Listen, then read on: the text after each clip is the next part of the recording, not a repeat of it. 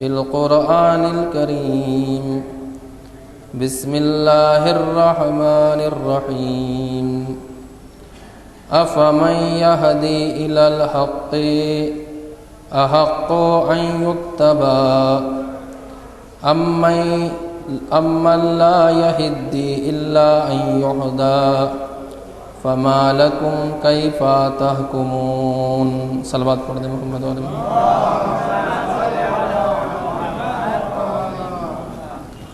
فلسفہ اجتہاد و تخلید کے عنوان سے گفتگو کا دوسرا دور ہے۔ سورہ یونس کی آیہ مبارکہ کو سرنامہ کلام قرار دیا ہے۔ قرآن مجید کا 10واں سورہ ہے جس کی 35ویں آیت کا ایک حصہ ہے۔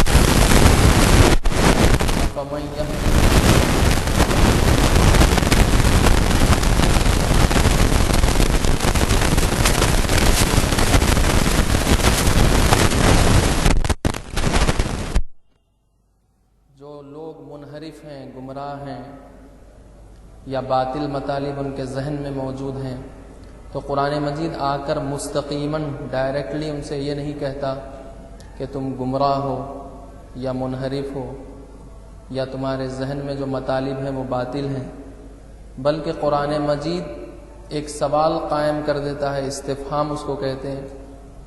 سوال قائم کر کے جواب خود مخاطب پر چھوڑ دیتا ہے کہ یہ عمل جو تم انجام دے رہے ہو، یہ جو فکر تمہاری ہے، تم خود فیصلہ کرو کہ کیا تمہاری فکر جو منحرف اور باطل فکر ہے وہ صحیح ہے یا غلط۔ آ کر صریحاً یہ نہیں کہتا کہ تمہاری فکر منحرف ہے، تمہاری فکر باطل ہے۔ اس آیہ مبارکہ میں بھی قرآن مجید کی یہی روش ہے۔ افمن یہدی الی الحق احق ان یتبع، کہ جو لوگ حق کی طرف ہدایت کریں، جو لوگ حق کی طرف ہدایت کرتے ہیں، ان کا حق یہ ہے، ان کا حق زیادہ ہے کہ ان کی اتباع کی جائے، ان کی بات سنی جائے، ان کی پیروی کی جائے۔ افمن لا یہدی الا ان یہدی، یا پھر ان کی پیروی کی جائے جو خود محتاج ہدایت ہوں، جو ہدایت نہ کر سکتے ہوں، جنہوں نے خود حق کو پہچانا نہ ہو، جو سعادت بشر سے ناواقف ہوں، ان کو پتہ ہی نہ ہو کہ ہدایت کیسے کی جاتی ہے۔ فما لکم، تمہیں کیا ہو گیا ہے، کیف تحکمون، تم کس طرح کے فیصلے کرتے ہو۔ جو شخص خود ہی واقف نہ ہو کہ حق کی طرف، یعنی حق سے جو خود ناواقف ہو، وہ کس طرح سے لوگوں کو حق کی طرف دعوت دے گا جبکہ وہ خود حق سے نابلد ہو۔ اس آیہ مبارکہ کے ذیل میں ایک کتاب ہے۔ عزیزان محترم، کتابیں پڑھنے کی عادت تو ویسے نہ مجھے ہے، شاید آپ لوگوں کو اگر ہو تو ہو، لیکن مجھے تو کتابیں پڑھنے کی عادت نہیں ہے، بلکہ ہم سب کو ڈالنی چاہیے کتابیں پڑھنے کی۔ جو ہمارا اوقات فراغت ہے، ہمارا جو لیجر ٹائم ہے، جو فری ٹائم ہے، ہمارا جو فارغ وقت ہے، اس میں ہم کوشش کریں کہ کچھ کتابیں پڑھ لیا کریں۔ ایک کتاب فارسی میں ہے جس کا نام ہے نقش تخلید در زندگی انسان، آیت اللہ مصباح یزدی کی لکھی ہوئی کتاب ہے، نقش تخلید در زندگی انسان۔ انسان کی زندگی میں تخلید کا رول کیا ہے؟ انگلش میں اگر یوں کہیں تو دا رول آف تخلید in the life of human being. تخلید کا رول کیا ہے انسان کی زندگی میں؟ اس کا ترجمہ بھی ہوا ہے، اردو میں ترجمہ اویلیبل ہے، شاید کتاب خانوں میں آپ جا کر تلاش کریں تو وہ ترجمہ مل جائے گا۔ اس کتاب میں اس مطلب کی طرف متوجہ فرماتے ہیں آیت اللہ مصباح یزدی۔ پہلے تو انہوں نے دروس دیے، ان درسوں کو کتابی شکل دے دی گئی۔ یہ جتنے شہید متحری کے آثار ہیں یا آیت اللہ مصباح یزدی کے جو آثار یعنی قلمی آثار یا زبانی آثار، یہ جو بڑی شخصیتیں، ہوتا یہ ہے کہ یہ درس دے دیتے ہیں کسی مقام پر تقریر کر دیتے ہیں، وہ تقریر ٹیپ ہو جاتی ہے یا ریکارڈ ہو جاتی ہے، بعد میں اس تقریر کو لکھا جاتا ہے، لکھنے کے بعد اس کو کتابی شکل دی جاتی ہے۔ اس طرح سے شہید متحری کی تقریباً 27 جلدیں ہیں جس میں ان کے آثار ہیں، اور ہر جلد 700 صفحے سے کم نہیں ہے، بڑی سائز کی. جتنی کتابیں وہ لکھ کر چلے گئے اس کی عشر اشیر بھی ہمارے پاس پڑھنے کی توان نہیں ہے.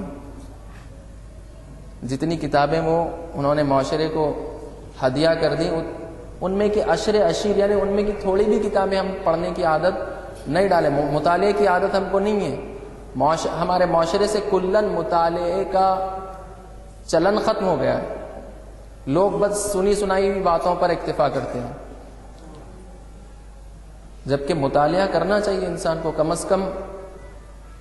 اور کچھ نہیں تو کچھ نہیں، کم از کم قرآن مجید کا ایک صفحہ تو کم از کم پڑھے انسان روز.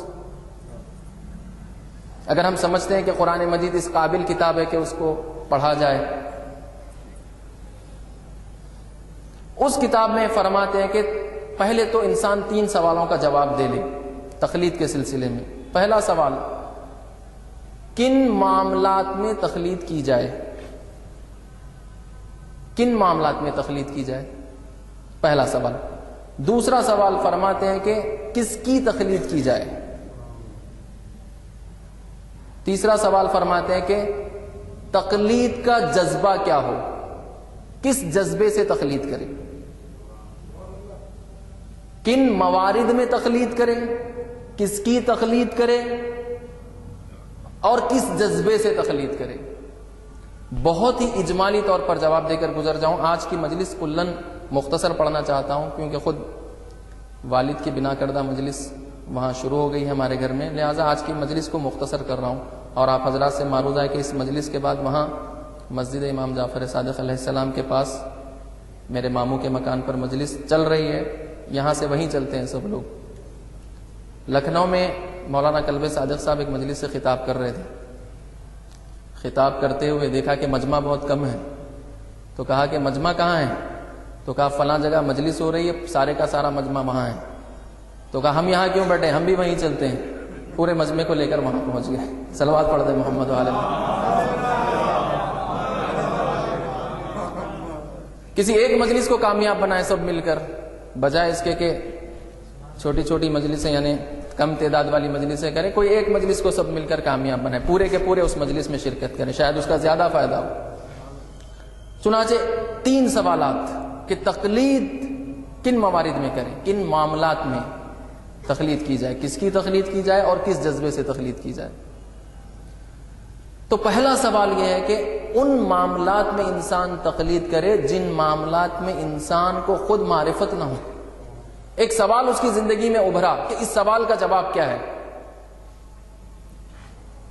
اور اس کے پاس اس سوال کا جواب نہیں ہے. نہ صرف اس کے پاس اس سوال کا جواب نہیں ہے، بلکہ اگر وہ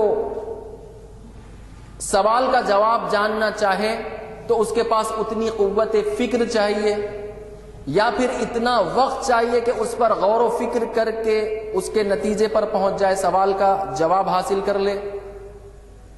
اور پھر اس کے پاس فرصت ہو، یعنی فکر کرنے کی اتنی فرصت ہو، توانائی ہو اور ضروری شناخت، ابزار موجود ہو، ٹولز اس کے پاس موجود ہو. آپ سے ایک کارپینٹر سے کہا جائے کہ ایک تخت بناؤ یہاں پر، وہ کہے گا ابزار لا کے دو، اوزار لا کے دو جس سے تخت بنتا ہے. جب تک ابزار نہ ہو، اوزار نہ ہو، کارپینٹر کوئی بھی فیلڈ کا آدمی اپنا کام نہیں کر سکتا.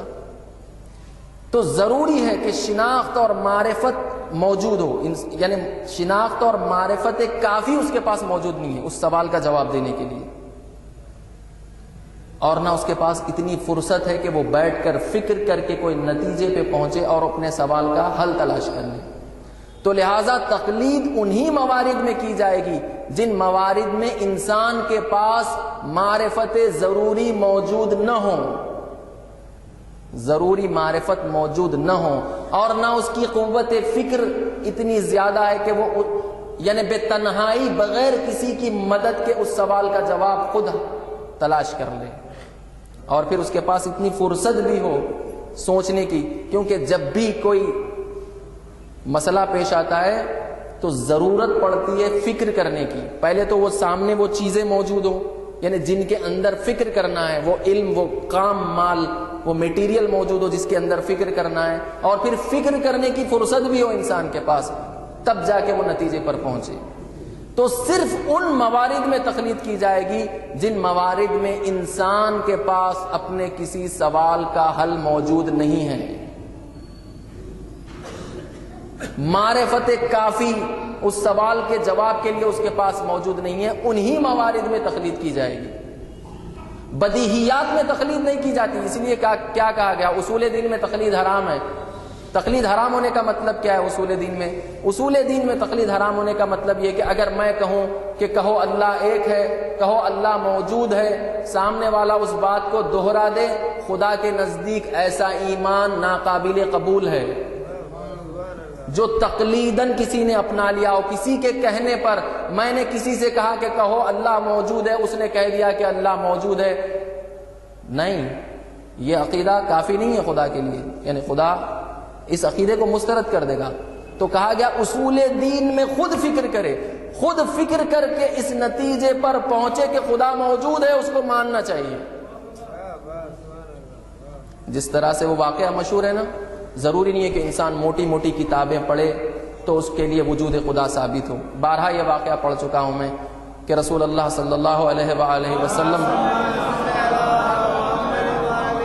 اور دینیات کی ابتدائی کتابوں میں بھی یہ واقعہ موجود ہے کہ آپ کا گزر ہو رہا تھا، ایک طرف سے ایک بڑھیا چرخہ چلا رہی تھی، آپ نے یہ پوچھا اس سے کہ خدا کے موجود ہونے کی دلیل تیرے پاس کیا ہے؟ خدا موجود ہے اس بات کی دلیل تیرے پاس کیا ہے؟ وہ جو چرخہ چلا رہی تھی اچانک اس نے اپنا ہاتھ روک لیا، روک کر اس نے کہا کہ دیکھیے جب میں چرخہ چلاتی ہوں اپنے ہاتھ سے تو یہ چرخہ چلتا ہے، اور میں چرخہ جب میں اپنا ہاتھ روک لیتی ہوں تو چرخہ رک جاتا ہے۔ تو اتنی بڑی کائنات بغیر چلانے والے کے کیسے چل رہی ہے؟ جب یہ معمولی چرخہ بغیر چلائے نہیں چل پاتا تو یہ اتنی بڑی کائنات بغیر چلانے والے کے کس طرح سے چل رہی ہے؟ رسول اللہ نے فرمایا اگر اس حد تک بھی، جس حد تک یہ بڑھیا معرفت رکھتی ہے اللہ کی موجودگی کے بارے میں، اگر کوئی اس حد تک بھی معرفت رکھ لے تو خداوند عالم کو اتنی معرفت قبول ہے۔ ضروری نہیں ہے موٹی موٹی کتابیں پڑھ کر معرفت، گرچہ وہ بھی ایک الگ مرحلہ ہے، لیکن اس حد تک فکر کرے انسان، یعنی اس حد تک اصول دین میں خود فکر کرنا ہے، خود فکر کر کے نتیجے پہ پہنچنا ہے۔ اللہ کی موجودگی، خداوند عالم کا وجود انسان کو خود ثابت کرنا ہے، یہ نہ ہو کہ کوئی آ کر اس کے لیے کہے کہ خدا ہے تو وہ بھی دوہرا دے خدا ہے، یہ کافی نہیں ہے۔ اسی لیے اصول دین میں تقلید حرام ہے۔ لیکن فروع دین میں بھی ان معاملات میں تقلید واجب ہے جن معاملات کو انسان نہ جانتا ہو۔ انسان یہ جانتا ہے کہ مغرب کی 3 رکعت نمازیں ہیں، مغرب کی 3 رکعت، اس میں تقلید کی ضرورت نہیں ہے۔ یعنی بدیہیات یعنی وہ باتیں جو بالکل سامنے کی ہو ان میں تقلید نہیں کی جاتی، جو بالکل سامنے کی باتیں ہوں۔ سورج نکلا ہوا ہے، دن موجود ہے، کوئی کہے کہ میں اسی وقت مانوں گا اسی وقت میں اس بات کو مانوں گا جب میرا مجتہد کہے گا کہ دن نکلا ہوا ہے۔ یہ تو روز روشن کی طرح واضح ہے، سورج نکلا ہوا ہے، دن نکلا ہوا ہے، سورج کی موجودگی ہے، دن نکلا ہوا ہے، تو پھر اس میں مجتہد کی تقلید کی ضرورت نہیں ہے۔ لہٰذا بدیہیات کہتے ہیں بدیہی چیزیں، بالکل سامنے کی باتیں، ان میں بھی تقلید نہیں ہے۔ تو پتہ چلا تقلید صرف ان موارد میں واجب ہے جن موارد میں جو موارد انسان کے لیے حل نہیں ہیں، انسان کے لیے اس کے پاس ضروری شناخت اور ضروری معرفت اس کے لیے موجود نہیں ہے، ان موارد میں تقلید واجب ہے۔ صلوات پڑھ دیں محمد والے۔ تقلید کی کس کی جائے؟ تقلید کی کس کی جائے؟ ظاہر سی بات ہے، آیہ مبارکہ پہ آپ غور کریں، فرما رہے ہیں آیہ مبارکہ میں ارشاد ہو رہا ہے کہ کیا یہ بہتر ہے کہ ان کی بات سنی جائے جو خود ہدایت یافتہ ہیں، یا ان کی بات سنی جائے جو خود ہدایت یافتہ نہیں ہے بلکہ دوسروں کے ہدایت کرنے کے محتاج ہیں؟ بلکہ دوسروں کے ہدایت کرنے کے محتاج ہے۔ کس کی بات سنی جائے، کس کی اتباع کی جائے، کس کی پیروی کی جائے؟ اس کی جو خود ہدایت یافتہ ہے اور ہدایت کرنے کا سلیقہ بھی جانتا ہے، یا جس نے حق کو پہچانا ہے اور یقین کے ساتھ حق تک پہنچ چکا ہے اس کی اتباع کی جائے، یا پھر اس کی اتباع کی جائے جو ابھی یقین کے ساتھ حق تک نہیں پہنچا ہے بلکہ اس کو پہنچانے کی ضرورت ہے حق تک؟ تو تقلید اس کی جائے گی جو ضروری شناخت، وہ ضروری شناخت جو ہمارے پاس موجود نہیں ہے، وہ معرفت جو ہمارے پاس موجود نہیں ہے، وہ ضروری معرفت اس کے پاس موجود ہے، وہ آپ کو راہ حق تک بلکہ حق تک یقین کے ساتھ پہنچا سکتا ہے، اس کی تقلید کی جائے گی۔ ہر کس و ناکس کی تقلید نہیں کی جائے گی، اس کی تقلید کی جائے گی جو ضروری شناخت رکھتا ہو۔ آپ کو ایک سوال پیش آیا، اس سوال کا صحیح اور محکم جواب اس کے پاس موجود ہو۔ اور پھر تیسرا سوال، کس جذبے کے تحت، کس انگیزے کے تحت تقلید کی جائے؟ جذبہ کیا ہو تقلید کرنے کا؟ بہت سے لوگ تقلید کرتے ہیں، جذبہ کیا ہو تقلید کرنے کا؟ انسان کو سوال کس لیے پیش آیا؟ سوال اس لیے پیش آیا کہ وہ حقیقت کو جاننا چاہتا ہے۔ انسان، ہر انسان فطرتاً، اس پر گفتگو کروں گا انشاءاللہ، فطرتاً اللہ نے انسان کو اس طرح سے پیدا کیا ہے کہ وہ ہر چیز کی حقیقت تک پہنچنا چاہتا ہے کہ اس بات کی حقیقت کیا ہے، اس بات کی حقیقت کیا ہے۔ تو تقلید کرنے کا جو جذبہ ہونا چاہیے انسان کے اندر وہ ہے کشف حقیقت، انسان کے سامنے حقیقت کھل کر آ جائے، انسان کے سامنے حقیقت کھل کر آ جائے۔ حقیقت کیوں سامنے آ جائے انسان کے؟ تاکہ عمل کرنے میں حقیقت کے مطابق آسانی ہو جائے۔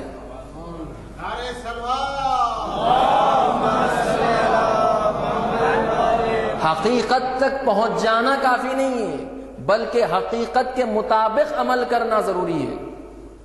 حقیقت تک ایک انسان کے لیے حقیقت واضح ہو گئی، لیکن صرف حقیقت ہی واضح ہو گئی اس کو، یعنی ابھی نظری طور پر تھیوریٹیکل اعتبار سے اس کے لیے کوئی بات ثابت ہو گئی، لیکن پریکٹیکلی ابھی اس میں نہیں اترا ہے، عملی طور پر نہیں اترا۔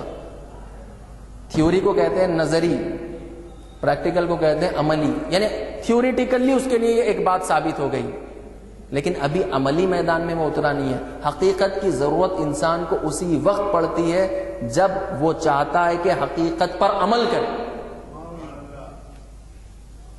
کئی ہفتوں سے کچھ بچوں کو اذان سکھانے کا موقع مل رہا ہے تو وہ اذان سیکھنا ہی یعنی سیکھ تو رہے ہیں لیکن سیکھ نہیں پا رہے تھے۔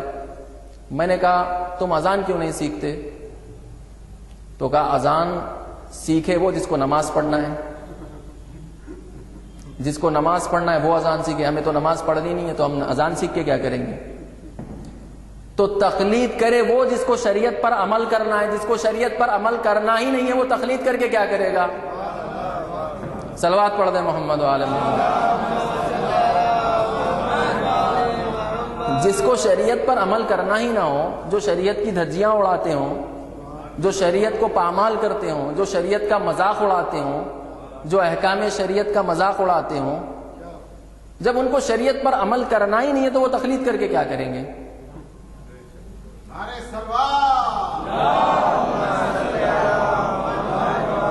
تقلید حرام ہے، تقلید حرام ہے، تقلید مت کیجیے، تقلید حرام ہے، تقلید حرام ہے، تقلید مت کیجیے۔ کسی نے سن کر اس پر عمل کر لیا تو گویا یہ تقلید نہیں ہوئی اس کی، اس معاملے میں تو اس کا مقلد ہو گیا وہ۔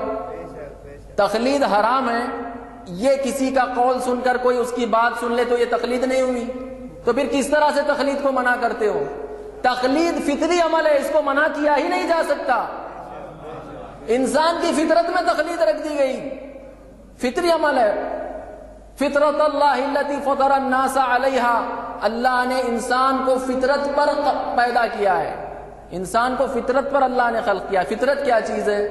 فطرت وہ چیز ہے جو خدا دادی ہے، خدا نے انسان کے اندر رکھ دی ہے۔ انسان اگر چاہے کہ حاصل کرے حاصل نہیں کر سکتا، اکتسابی نہیں ہے، کسبی چیز نہیں ہے کہ میرے اندر فطرت نہیں ہے میں جا کر تلاش کروں کہ فطرت کہاں رکھی ہوئی ہے اٹھا کر اپنے اندر کر لوں۔ فطرت اکتسابی چیز نہیں ہے، اللہ نے رکھ دی ہے، خدا دادی چیز ہے۔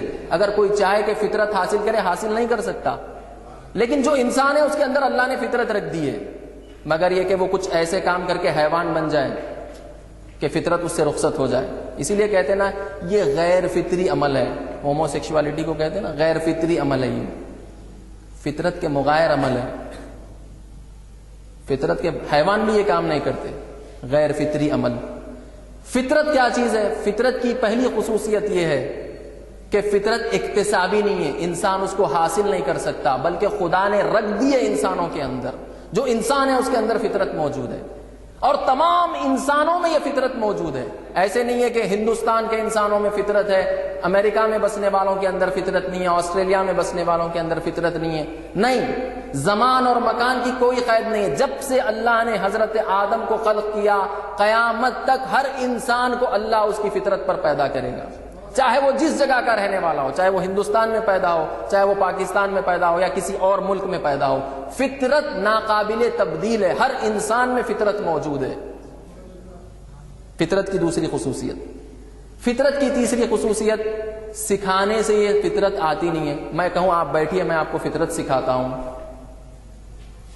آپ کو فطرت نہیں ہے، آپ کے اندر فطرت نہیں ہے، میں آپ کو سکھاتا ہوں کہ کس طرح سے فطرت حاصل کی جا سکتی ہے. یعنی قابل آموزش کہتے ہیں فارسی میں، یعنی سیکھنے کے قابل چیز نہیں ہے فطرت. اور چوتھی خصوصیت یہ ہے کہ یہ فطرت انسان جب تک ہے اس وقت تک مٹ نہیں سکتی، نابود نہیں ہو سکتی، ختم نہیں ہو سکتی. شدت اور ضعف آ سکتا ہے. بعض انسان ایسے ہیں جو گناہ کر کے اپنی فطرت کو سلا دیتے ہیں. کچھ ایسے گناہ کرتے ہیں جس کی وجہ سے انسان کی فطرت سو جاتی ہے.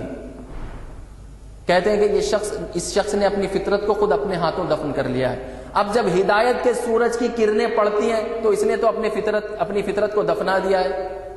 ہدایت کی کرنیں اس تک پہنچ ہی نہیں سکتی. کیوں؟ اس نے اپنی فطرت کو خود اپنے ہاتھوں دفنا دیا ہے. دفنایا ہے، ختم نہیں ہوئی ہے فطرت، نابود نہیں ہوتی فطرت، کسی کی مٹتی نہیں، کبھی نہیں مٹتی فطرت. یہ چار خصوصیتیں فطرت میں ہیں. اب تک کے انسان، طول تاریخ میں جتنے انسان گزرے ان کی تاریخ پر نگاہ کیجئے کہ جب بھی انسانوں کو کوئی مسئلہ پیش آیا جس میں وہ ضروری شناخت اور معرفت نہ رکھتے ہوں تو انہوں نے کیا کیا؟ فطری امور کو ثابت کرنے کی ضرورت نہیں پڑتی. آپ کو بھوک لگی ہے، بھوک لگنا انسان کی فطرت میں، تو اب آپ مجھ سے یہ ثابت کریں گے کہ مجھے بھوک لگی ہے، ایک دلیل قائم کریں گے کہ مجھے بھوک لگی ہے، دلیل کے ذریعے سے ثابت کریں گے. یا آپ کو بھوک لگی ہے، میں کہوں گا کہ نہیں، آپ کو میں دلیل کے ذریعے سے ثابت کروں گا کہ آپ کو بھوک لگی ہے. میں ایک دلیل لاؤں گا فلسفی کہ آپ کو بھوک لگی ہے، اس کے ذریعے سے میں ثابت کروں گا کہ آپ کو نہیں، بھوک لگنا فطری بات ہے، اس کو ثابت کرنے کی ضرورت نہیں ہے. جتنے فطری امور ہیں ان کو ثابت کرنے کی ضرورت نہیں ہے. جب بھی انسان کو مسئلہ پیش آیا اور وہ اس مسئلے سے ناواقف رہا تو اس نے ماہر فن کی طرف رجوع کیا، اور اس ماہر فن کی طرف رجوع کرنے کا نام ہی تقلید ہے. تو پتا چلا کہ تقلید فطری امور میں سے ہے، اس کو ثابت کرنے کی ضرورت نہیں ہے. تقلید انسان کی فطرت میں موجود ہے، الگ سے ثابت کرنے کی ضرورت نہیں ہے. اس کے باوجود بھی عقل آ کر کہتی ہے کہ تقلید کو عقل ثابت کرتی ہے. کیسے؟ انسان حرکت میں، ہر انسان حرکت میں، دنیا پوری حرکت میں، انسان بھی حرکت میں. حرکت سے مراد وہ حرکتیں نہیں، کیا حرکتیں کر رہے ہو یہ والی حرکت نہیں. حرکت سے مراد انسان اپنی منزل کی طرف رواں دواں ہے. انسان اپنی منزل کی طرف رواں دواں ہے، کوئی خالی نہیں ہے. گرچہ ہم گھر میں بیکار بیٹھے ہوئے لیکن تب بھی حرکت میں ہیں. حرکت میں انسان جب حرکت میں ہے، حرکت انسان کو حرکت کے لیے شناخت ضروری ہے، معرفت ضروری ہے. کسی بھی معاملے میں حرکت کرنے کے لیے شناخت ضروری ہے، معرفت ضروری ہے. اور معرفت کے لیے ضروری ہے کہ انسان عالم ہو، یا عالم ہو یا عالم کی سنیں، یا خود عالم ہو، جانتا ہو کہ یہ شناخت کا راستہ کیسے ہے، اس کے پیچیدگیوں سے واقف ہو، یا پھر عالم کی سنے جو اس پیچیدگیوں سے واقف ہو، اس کی بات سن لے. اسی کا نام تقلید ہے. یہ تقلید ایک ایسا فطری امر ہے جس کو عقل بھی آ کر تائید کرتی ہے. عقل اور فطرت دونوں نے آ کر ثابت کر دیا کہ انسان کو اس طرح سے خلق کیا گیا ہے کہ وہ تقلید کے بغیر زندہ رہ ہی نہیں سکتا۔ آپ کہیں کہ میں تقلید نہیں کروں گا تو انسان کی زندگی معطل ہو جائے گی، رک جائے گی زندگی، انسان کی زندگی مختل ہو جائے گی، یعنی خلل آ جائے گا انسان کی زندگی میں اگر تقلید کا عمل رک جائے۔ آپ کہیں میں کسی کی بات نہیں سنوں گا، میں کسی ماہر فن کی بات نہیں سنوں گا، ٹھیک ہے مت سنیے، ہوگا کہ آپ جہاں جمود آپ کے اوپر طاری رہے گا، آپ جہاں ہیں وہیں رہیں گے، کوئی ترقی آپ نہیں کر پائیں گے، کسی قسم کی ترقی آپ کی زندگی میں آ نہیں سکتی جب تک کہ آپ تقلید نہ کریں۔ تو یہ تو اور بات ہے کہ قرآن اور حدیث نے بھی اس کی آ کر تائید کر دی، لیکن اگر قرآن اور حدیث تائید نہ بھی کرتے تو تقلید فطری اور عقلی امور میں سے ہے، اس کو ثابت کرنے کی ضرورت نہیں ہے۔ انسان کے وجود کی پکار ہے تقلید، انسان کے اندر اللہ نے رکھ دی ہے، تقلید کے بغیر انسان کی زندگی کی گاڑی آگے نہیں بڑھ سکتی، انسان حرکت نہیں کر سکتا تقلید کے بغیر۔ عرض کیا تھا کل کی مجلس میں کہ تقلید کے بغیر بچہ بولنا نہ سیکھ پائے، چلنا نہ سیکھ پائے جب تک وہ اپنے ماں باپ کی تقلید نہ کرے۔ ماں باپ کی تقلید کر کے ہی بچہ بول سکتا ہے، ماں باپ کی تقلید کر کے ہی بچہ چلنا سیکھتا ہے۔ پھر اسکول میں گیا، ٹیچرز کی تقلید کی، ٹیچرز کی تقلید نہ کرے انسان تو پھر اسی کلاس میں رہے۔ جیسا دین کے اعتبار سے ہم سب نرسری میں بیٹھے ہوئے ہیں، 70 سال کے بھی ہیں تو نرسری میں بیٹھے ہوئے ہیں، 30 سال کے بھی ہیں تو نرسری میں بیٹھے ہوئے ہیں، 15 سال کے بھی ہیں تو نرسری میں بیٹھے ہوئے ہیں، دین کے اعتبار سے۔ کیوں؟ کیونکہ تقلید نہیں کرنا چاہتے، تقلید نہیں، اسی لیے ہم نرسری میں بیٹھے ہوئے ہیں۔ ہمارا 70 سالہ شخص بھی نرسری میں بیٹھا ہوا ہے، جبکہ ہونا تو یہ چاہیے تھا کہ ہر آنے والا سال علم میں ترقی ہوتی، ہر آنے والا سال ہماری شناخت میں ترقی ہوتی، نہیں، لیکن ہم نے کہا کہ ہم نے دروازے بند کر لیے اپنے اوپر، ہم اس طرف نہیں جائیں گے، ہم تقلید نہیں کریں گے۔ اور ایک شبہ یہ پیدا کیا جاتا ہے تقلید کے مفہوم میں، کہا یہ جاتا ہے کہ یہ جو تقلید جو کرتے ہیں نا، مجتہد اپنی رائے پر عمل کرواتا ہے، مجتہد اپنی رائے پر عمل کرواتا ہے، اس کو یہ لوگ تقلید کہتے ہیں۔ آپ نے آج تک کسی مجتہد کو یہ دعویٰ کرتے ہوئے سنا کہ اس نے یہ کہا ہو کہ قرآن اور سنت، اللہ، رسول اور امام یہ فرماتے ہیں، ان کے مقابلے میں میرا یہ فتویٰ ہے؟ کسی مجتہد کو آپ نے سنا کہ اس نے یہ کہا ہو کہ قرآن، سنت، اللہ کا رسول اور امام یہ فرماتے ہیں، اس کے مقابلے میں میرا یہ فتویٰ ہے؟ کسی مجتہد کو سنا ہو تو اس کی نشاندہی کریں، بتلائیں وہ کون مجتہد ہے کہ کسی نے اس طرح کا کوئی دعویٰ کیا ہو کہ قرآن میں جو کچھ موجود ہے وہ ہے، لیکن میری رائے یہ ہے، میرا فتویٰ یہ ہے۔ کسی نے آج تک یہ دعویٰ نہیں کیا، اور اگر کیا ہے تو اس کی تقلید بدعت ہے اور بدعت حرام ہے۔ جس کسی نے یہ دعویٰ کیا کہ قرآن اور حدیث میں جو کچھ موجود ہے، ہماری طرح تو نہیں ہوتے نا وہ مجتہد ممبر پہ بیٹھ کے اجتہاد کرنے لگے کہ روایتوں میں کچھ بھی ہو لیکن میں یہ کہتا ہوں، روایتوں میں کچھ بھی ہو۔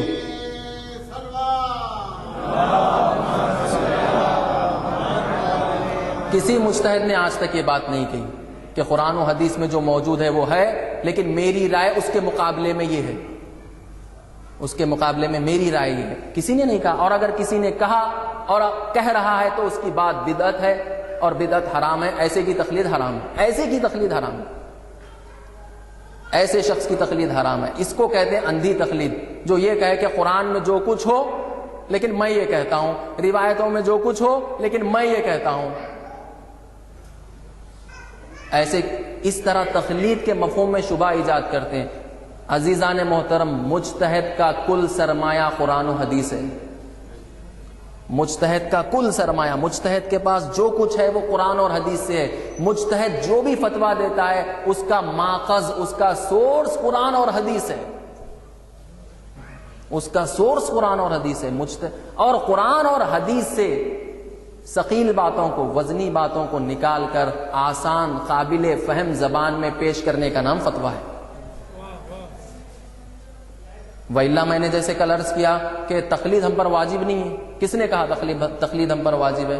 آپ پر اجتہاد واجب ہے، جائیے اجتہاد کیجیے، خم چلے جائیے، 20 سال گزاریے خم میں، مجتہد بن جائیے، صاحب نظر بن جائیے، صاحب نظر بن جائیے، یعنی خود آپ کی اپنی نظر ہو، خود آپ قرآن اور حدیث سے احکام نکالنے کے قابل بن جائیں،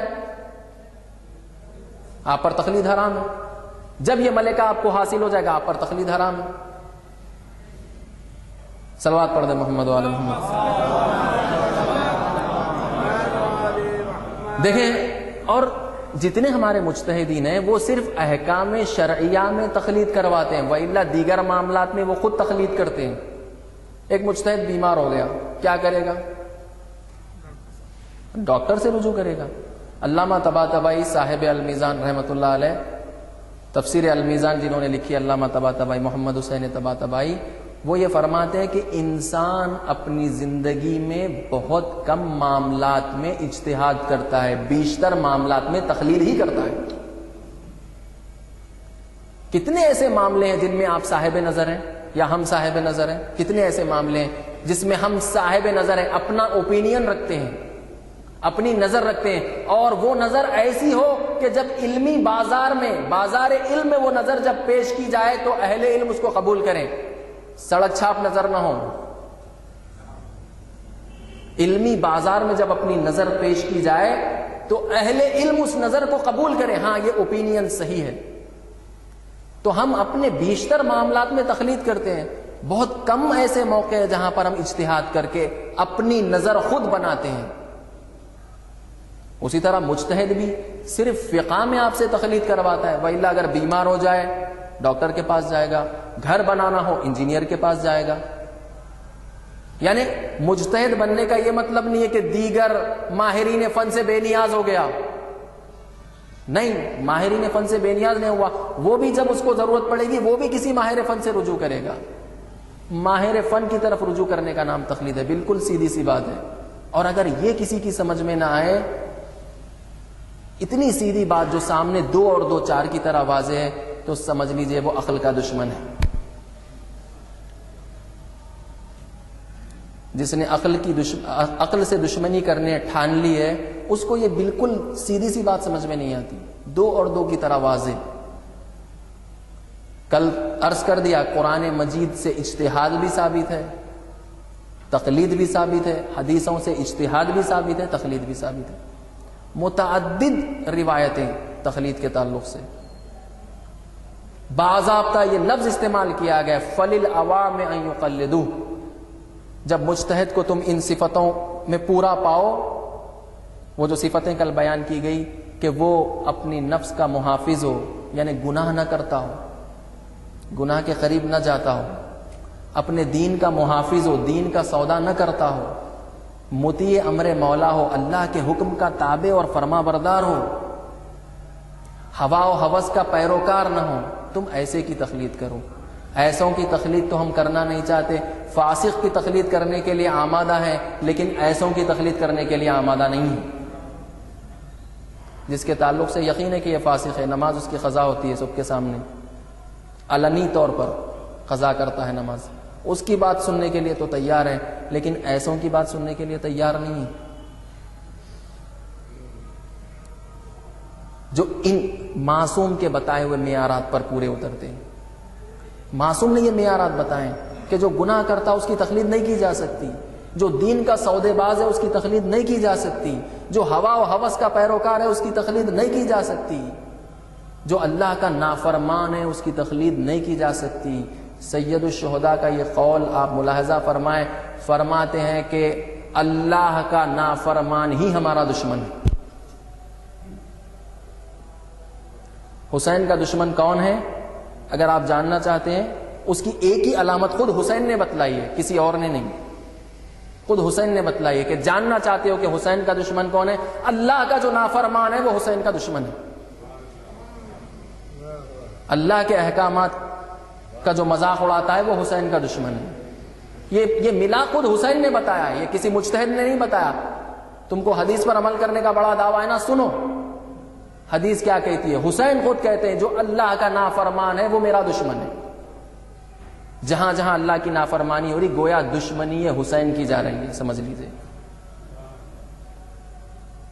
دشمنی حسین، اللہ کا نافرمان۔ سید الشہداء نے کیسوں کو جمع کر رکھا تھا کربلا میں؟ کیسے لوگ آئے تھے سید الشہداء کے ساتھ؟ کیسے؟ اللہ کے نافرمانوں کو جمع کر رکھا تھا۔ کیسے لوگ تھے کربلا میں؟ آج جس کا ذکر کرنے جا رہا ہوں نافع ابن ہلال، جملی یا بجلی دونوں بھی نام استعمال ہوئے، نافع ابن ہلال۔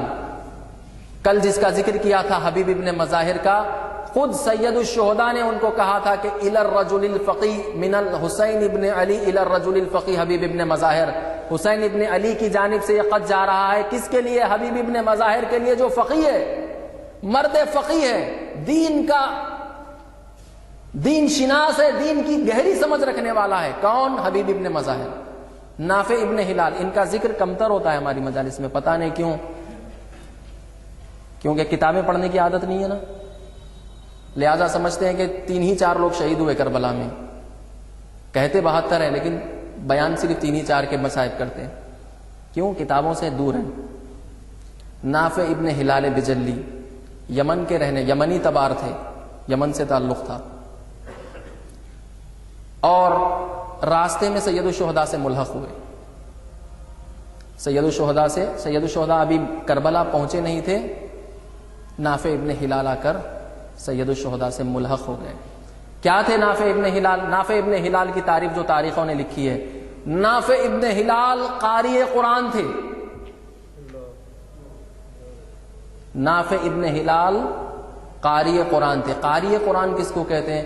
قاری قرآن کہتے ہیں اچھے لہن میں قرآن پڑھنے والا۔ اب ایک سوالیہ نشان قائم کر رہا ہوں، شاید گراں گزرے، اس پوری آبادی میں کتنے قاریان قرآن ہیں؟ ہماری جو آبادی ہے، یہ پوری آبادی میں کتنے قاریان قرآن ہیں؟ وہ قاریان قرآن کی تعداد یہ بتلائے گی کہ ہم قرآن سے کتنے دور اور کتنے نزدیک ہیں۔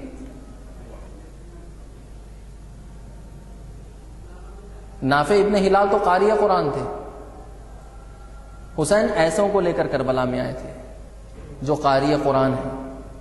ہمارے پاس قاری قرآن کا مذاق اڑایا جاتا، لیکن حسین قاری قرآن کو لے کر کربلا میں آئے تھے۔ اور نافع ابن ہلال کے تعلق سے یہ لکھا ہوا ہے، بعض روایتوں میں یہ بات ملتی ہے کہ ابھی تازہ ان کی شادی ہوئی تھی، اس کے باوجود بھی اپنی زوجہ کو لے کر کربلا میں آ گئے، زوجہ کو لے کر کربلا میں آ گئے۔ شب عاشور کا ایک واقعہ تاریخوں میں نقل ہے کہ جب سید الشہداء شب عاشور کو میدان کربلا کا جائزہ لینے کے لیے نکلے، دیکھنا یہ چاہتے تھے کہ کہاں نشیب ہے، کہاں فراز ہے، کیونکہ کل جنگ اسی میدان میں ہونی ہے۔ دیکھیں سید الشہداء باوجود سب جانتے ہوئے لیکن جائزہ لے رہے ہیں، یعنی جنگ کی تیاری ہو رہی ہے باضابطہ طریقے پر، کہ جان لیں کہ کس طرف اٹھانے اور کس طرف ڈھلانے، زمین کو جانچ لیں کہ کل یہیں پر جنگ ہونی ہے، پستی کدھر ہے، بلندی کس طرف ہے، کس طرف سے حملہ کیا جائے یہ بہتر ہے۔ اس کو جانچنے کے لیے جب سید الشہداء خیموں سے دور ہوئے، نافع خیموں کے پاس کھڑے ہو کر سید الشہداء کو غور سے دیکھ رہے ہیں۔ جب نافع نے یہ محسوس کیا کہ رات کی تاریکی میں سید الشہداء اپنے قیام سے کافی دور جا چکے ہیں، تو نافع کو یہ خدشہ ہوا کہ کہیں دشمن جن کے سرشت میں دھوکہ اور فریب ہے، کہیں دھوکے سے حملہ نہ کر دے سید الشہداء پر۔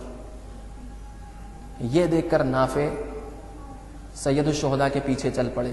جب قدموں کی آہٹ سید الشہداء نے محسوس کی تو پلٹ کر دیکھا کہ نافع ابن ہلال ہے۔ نافع کیا چاہتے ہو؟ مولا میں یہ دیکھ رہا تھا کہ آپ خیموں سے کافی دور جا رہے تھے، مجھے یہ خطر محسوس ہوا کہ کہیں دشمن فریب کار آپ کو قتل نہ کر دے، آپ پر حملہ نہ کر دے، سوء قصد، برا قصد نہ آپ کے ساتھ کرے، لہٰذا میں آپ کے پیچھے چلا آیا۔ جب امام اپنا جو جائزہ لے رہے تھے زمین کربلا کا، جب وہ جائزہ لے کر پلٹ کر نافع سے ایک مرتبہ یہ کہنے لگے کہ نافع، یہ جو 2 پہاڑیاں تم دیکھ رہے ہو جو تاریک ہیں، اندھیرا ان پہاڑیوں پر چھایا ہوا ہے، اور ان پہاڑیوں کے درمیان سے ایک راستہ ہے جو تمہیں کوفے پہنچا سکتا ہے۔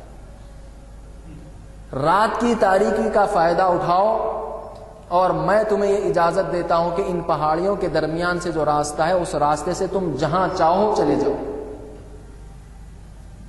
جہاں چاہو چلے جاؤ، میں تمہیں یہ اجازت دیتا ہوں، میں نے اپنی بیعت تم پر سے اٹھا لی، تم جہاں چاہو چلے جاؤ۔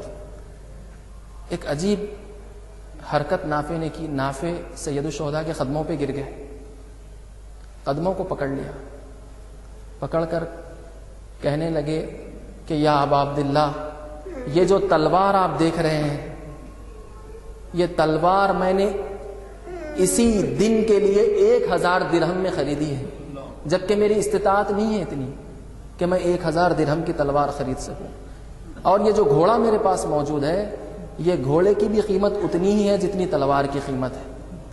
میں نے یہ گھوڑا اور یہ تلوار اسی دن کے لیے مہیا کر رکھی ہے کہ جب آپ پر سختی کا دن آئے تو میں اپنی جان آپ کے قدموں پر نچھاور کر دوں، اور آپ مجھ سے کہہ رہے ہیں کہ میں آپ کو چھوڑ دوں، اور آپ کو چھوڑ دوں تو قیامت میں رسول اللہ کو کیا صورت دکھاؤں؟ آپ کی نصرت سے اگر ہاتھ اٹھا لوں تو قیامت میں رسول کو کیا اپنا چہرہ دکھاؤں گا؟ اور پھر جب سید الشہداء خیموں کے پاس پہنچے اور پھر جناب زینب نے وہ فرمایا کہ کیا آپ نے اپنے اصحاب کو آزما لیا ہے؟ ایسا تو نہیں ہوگا کہ کل یہ خود ہی آپ کو اسیر کر کے عمر سعد کے حوالے نہ کر دیں؟ یہ بات نافع نے سنی پہلی بار، اور نافع نے سن کر جا کر حبیب ابن مظاہر سے کہا۔ حبیب نے تمام اصحاب کو جمع کیا، کل پڑھ چکا ہوں اس بارے میں۔ یہ وہ نافع ہے، نافع ابن ہلال۔ جب جنگ کے لیے روانہ ہونا چاہتے ہیں تو زوجہ نے کہا کہ کس کے سہارے چھوڑے جا رہے ہو؟ اس وقت بھی سید الشہداء نے کہا کہ اے نافع، تمہاری زوجہ کے لیے یہ سخت ہوگا کہ تمہاری جدائی کو اتنا جلدی برداشت کر لے، میں تمہیں آزاد کرتا ہوں۔ کہا نہیں، میں جنگ کروں گا۔ نافع ابن ہلال۔ اور پھر نافع تیر انداز تھے، ماہر تیر انداز، قاری قرآن بھی تھے، تیر انداز بھی تھے۔ نافع کے پاس تیر چلانے کا فن تھا۔ چنانچہ جب عاشور کا دن نمودار ہوا اور جب جنگ شروع ہوئی تو نافع ابن ہلال نے اپنے تیروں کے ذریعے سے 12 اشقیاء کو واصل جہنم کیا۔ جب تیریں نافع کے پاس ختم ہو گئی تو ایک مرتبہ نافع اپنی شمشیر لے کر میدان میں اترتے ہیں، اور پھر شمشیر سے جنگ کرتے کرتے جب ایک مرتبہ شمشیر نافع کے ہاتھ سے چھوٹی، دشمنوں نے محاصرہ کر لیا نافع کا، نافع پر شمشیریں برسائی جا رہی ہیں، حتیٰ نافع پر پتھر برسائے جا رہے ہیں۔ اتنے پتھر نافع پر برسائے گئے کہ نافع کے دونوں ہاتھ کی ہڈیاں چور چور ہو گئی، نافع کے دونوں ہاتھ شل ہو گئے۔ اس وقت شمر نے آ کر نافع کو عمر سعد کے پاس لے گیا، لے جا کر جب عمر سعد کے پاس پیش کیا تو عمر سعد نے نافع سے کہا کہ نافع تم نے یہ کیا کیا؟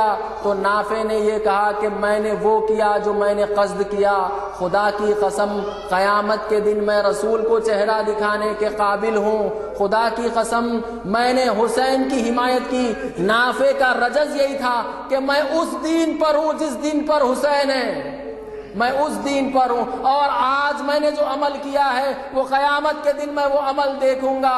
یہ کہنا تھا کہ عمر سعد نے شمر کو یہ حکم دیا کہ نافع کو قتل کر دیا جائے۔